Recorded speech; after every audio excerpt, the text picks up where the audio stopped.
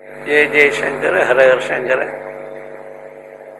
ஆதிசங்கர் குமாரலை பட்டரை பார்த்த பிற்பாடு எந்த வீட்டிலே கிளிகள் கூட சுதப்பிரமாணம் பரத பிரமாணம் சொன்னார்களோ அந்த வீட்டை தேடி யோக சக்தியின் மூலம் அங்கே சென்றார்.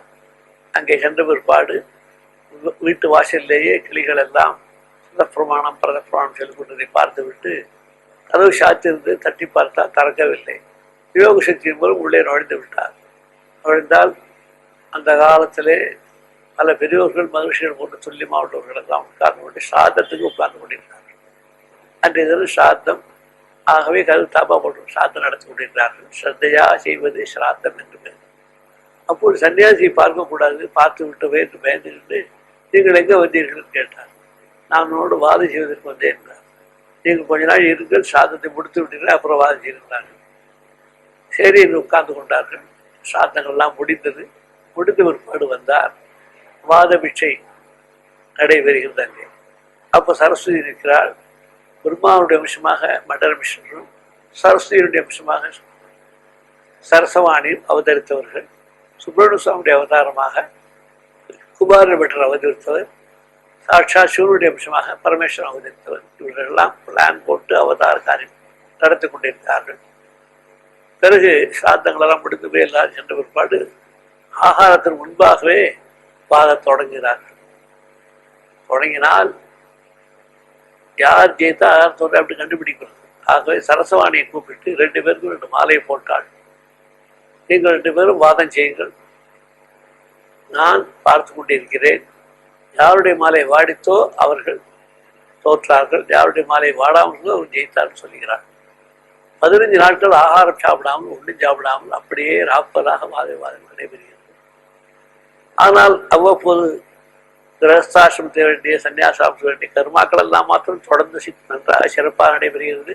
பாக்கி நேரங்கள்லாம் இதை செய்து கொண்டே இருக்கிறார்கள். எல்லாம் முடிந்த பிற்பாடு மண்டலம் ஸ்ரீ மாலை வதங்கித்து வாடித்து. உடனே சரசவாணி கூப்பிட்டால் 2 பேரும் வாருங்கள் பிட்சைக்கு என்று தான் ஒப்புக்கொண்டார் சுரேஸ்வரர் மண்டல மிஸ்ரர். பிறகு அவர் சன்னியாசாசனம் கொடுப்பதாக சொல்லி சுரர்களுக்கெல்லாம் தேவதைகளெல்லாம் ஆச்சாரியனாக சுரேஸ்வர ஆச்சாரியர் பெயரை வைத்தார். பிறகு அவள் கேட்டால் சரஸ்வாணி என்னையும் ஜெயிக்க வேண்டும் என்றார். அவள் கேட்ட கேள்விக்கும் ஆதிசங்கர் கேட்டதுக்கெல்லாம் அழகாக பதில் சொன்னார். சரி நான் போய்விடுகிறேன் என்றால் நீ போக முடியாது, இந்த பூலோகத்தில் நீ இருக்கணும் என்று கேட்டுக்கொண்டார். சரி என்று சொன்னார். பிறகு மண்டல மிஸ்ரர் சன்னியாசத்தை கொடுத்து சன்னியாசாசிரமத்தை கொடுத்து சுரேஸ்வரர் பெயரை வைத்து விட்டு எல்லோரும் நடந்து வந்து கொண்டிருக்கிறார்கள். வந்து கொள்பொழுது சரசவாணி சொல்லுகிறாள், எங்கே என்னுடைய கால் சலங்கை சத்தம் கேட்கலையோ அங்கே திரும்பி பார்ப்பதால் நான் அங்கே நின்று விடேன்னு சொல்லுகிறாள். அப்படி வந்து கொண்டே இருக்கும் பொழுது துங்கபுத்திரா தீரத்தில் மணலில் கால் சத்தம் கேட்காது இருந்தனாலே திரும்பி பார்த்தார். அங்கே நின்று விட்டாள். அதுதான் இன்றைக்கும் சாரதா பீடம் சொல்லப்படுகிறது. இன்றைக்கு சென்றாலும் அங்கே துங்கபத்ரா நதி கரையிலே நின்ற கோலத்திலே சாரதாம்பாள் நின்று கொண்டிருப்பாள். பிற்காலத்திலே வந்ததெல்லாம் உட்கார்ந்து இருக்கக்கூடிய சாரதா பீடம். ஆதிசங்கர் காலத்திலே வந்த பீடம் நின்று கொண்டிருக்கிற ஒரு பீடம், சாரதா நின்று கொண்டிருக்கிற பீடம். அங்கேதான் ஒரு லிங்கத்தையும் வைத்து போகலிங்கத்தை வைத்து பூஜைக்கு ஏற்பாடு செய்துவிட்டு சாரதா தேவி பூஜை செய்துவிட்டு சுரேஸ்வர ஆச்சாரியை அழைத்துக் கொண்டு வந்து விட்டார்.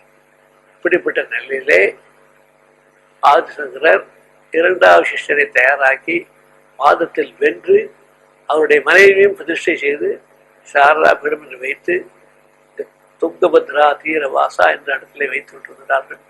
இன்றைக்கும் கன்னட தேசத்தில் உள்ள எல்லா பீடங்களிலும் செங்கேரி முதல் எல்லா பீடங்களும் துங்கபத்ரா தீரவாசம் தான் எழுதியிருப்பார்கள். ஆனால் இருப்பது துங்கா தீரம். பழங்காலத்திலே துங்கபத்ரா தீரவாசத்திலே சாரதாதேவி இருந்தால் பிற்காலத்திலே துங்கா தீரத்துக்கு வந்து விட்டார். இப்படியாக பழங்காலம் தொட்டு துங்கபத்ரா தீரவாசா என்று அந்த ஸ்ரீமுகத்திலே அதே பேர் இருக்கும்.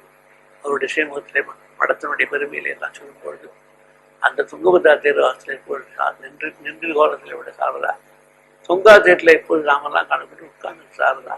பல ஊர்களிலே பல பெண்களும் உட்கார்ந்து கூட சாரதா இருப்பார். ஆகவே ஆதிசங்கர் 2வது சிஷ்யரான சுரேஸ்வர ஆச்சாரியன் தேர்ந்தெடுத்தார்.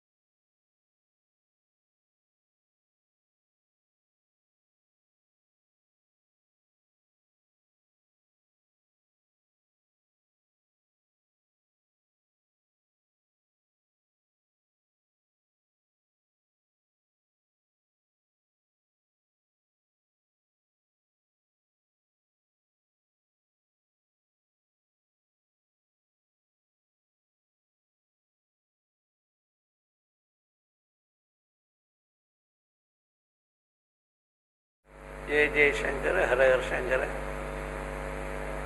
ஆதிசங்கர் குமாரலை பட்டரை பார்த்த பிற்பாடு எந்த வீட்டிலே கிளிகள் கூட சுதப்பிரமாணம் பரதப்பிரமாணம் சொன்னார்களோ அந்த வீட்டை தேடி யோக சக்தியின் மூலம் அங்கே சென்றார்.